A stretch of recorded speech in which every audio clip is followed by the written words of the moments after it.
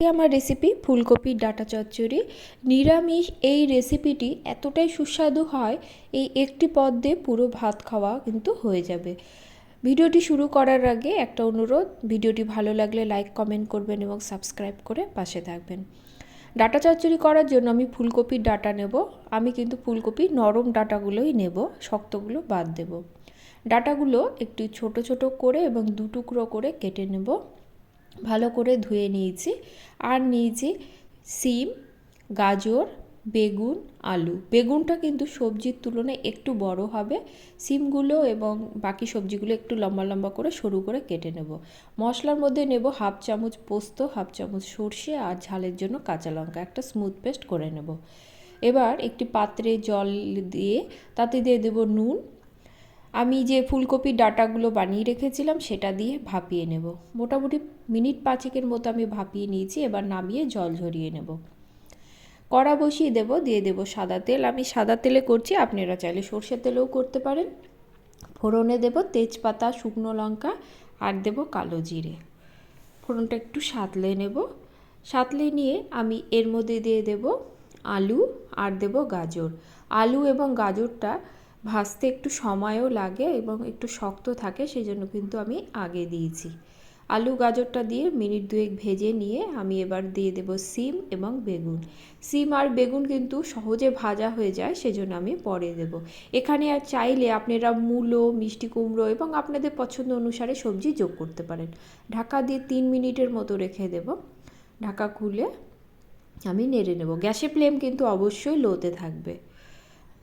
সবজিটা আমার ভাজা ভাজা হয়ে গেছে। এবার আমি জল ঝরিয়ে রাখা ডাঁটাগুলো দিয়ে দেব।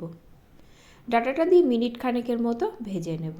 দিয়ে দেব পরিমাণ মতো নুন আর দেব হলুদ।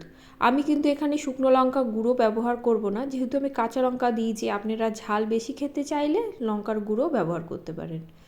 নুন আর হলুদ দিয়ে মিনিট খানেকের মতো সবজিটা আমি ভেজে নেব। গ্যাসের ফ্লেমটা আবারও লোতে করে দিয়ে ঢাকা দিয়ে মিনিট 3 মতো রেখে দেব। দেখুন জলটা কিন্তু একদমই শুকিয়ে গেছে আর সবজিটা বেশ ভাজা ভাজা হয়ে গেছে। এবার আমি এর মধ্যে দিয়ে দেব 2 চামচের মতো সর্ষে পোস্ত বাটা। আমি সর্ষের মধ্যে কাঁচা লঙ্কা দিয়েছি, সেজন্য আমি এক্সট্রা আর কাঁচা লঙ্কা দিলাম না। অল্প জল দেব।